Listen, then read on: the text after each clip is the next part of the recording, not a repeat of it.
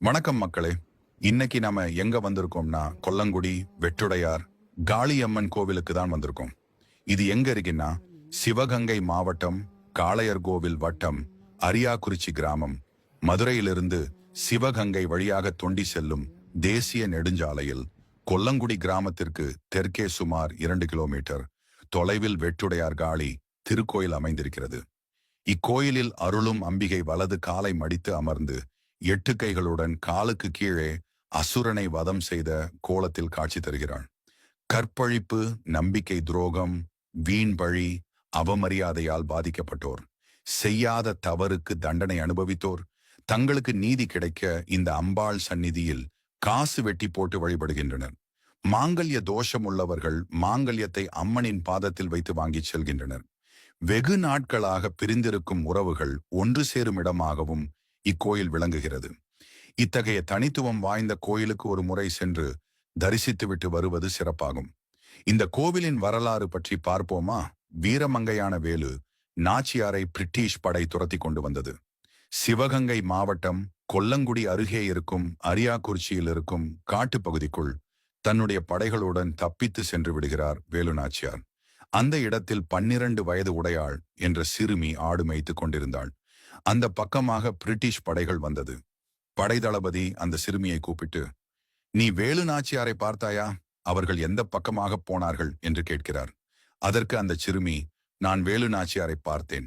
ஆனால் அவர் எந்த பக்கமாக போனார் என்பதை உங்களிடம் சொல்ல முடியாது" என்று கூறினாள். இதை கேட்ட படை தளபதிக்கு பயங்கர கோபம் வருகிறது.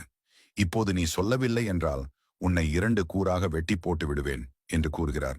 "நீ என்னை 2 கூறு இல்லை, 8 கூறாக கூட வெட்டி போட்டுக்கொள்.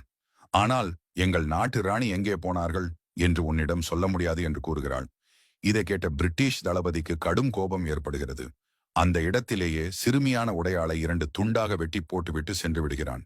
இந்த செய்தியை கேட்டு அந்த இடத்திற்கு வந்த வேலு நாச்சியார் அந்த பெண் வெட்டுப்பட்டு கிடந்த இடத்தில் ஒரு காளியம்மன் கோயிலை நிறுவுகிறார்.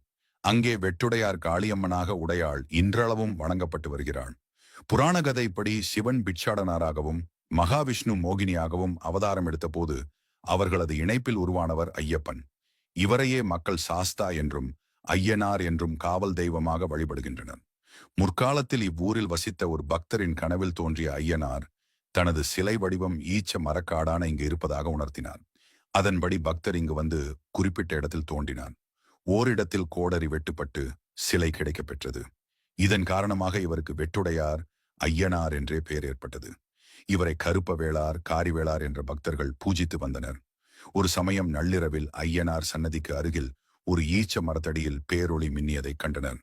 மறுநாள் காலையில் அங்கு அம்பிகையின் இயந்திரம் இருந்தது. அவ்விடத்தில் அம்பிகைக்கு சிலை வடித்து பிரதிஷ்டை செய்தனர். சுவாமியின் பெயரால் அவளுக்கு வெட்டுடையார் காளி என்றே பெயர் ஏற்பட்டது. காலப்போக்கில் இவள் பிரசித்தி பெறவே இவளது பேரிலேயே ஸ்தலம் அழைக்கப் பெற்றது.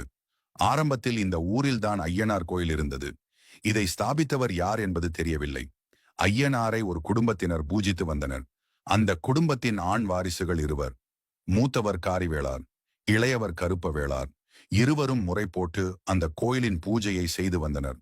ஒரு முறை அவர்களுக்குள் ஏற்பட்ட கருத்து வேறுபாட்டினால் காரிவேளார் கேரளா சென்று மாந்திரீக வித்தைகளை கற்றுக்கொண்டு சொந்த ஊருக்கு திரும்பினார். தான் கற்ற வித்தைகளை நடத்த சில தேவதைகளை பயன்படுத்தினார். இவர் ஐயனாருக்கு பூஜை செய்து வரும் காலங்களில் சன்னதிக்கு முன் மணல் பரப்பில் சில எழுத்துக்கள் காணப்பட்டன. இது யாவும் காளிக்கு உரியது என்று தெரிந்து கொண்டு அந்த இடத்தில் காளியை பிரதிஷ்டை செய்தார். இவர் தோற்றுவித்ததே வெட்டுடையார் காளியம்மன். ஈச்சங்காட்டிலிருந்து வெட்டி எடுக்கப்பட்ட காரணத்தால் ஐயனாருக்கு வெட்டுடையார் ஐயனார் என்றும் காளிக்கு வெட்டுடையார் காளி என்றும் பெயர் வந்தது.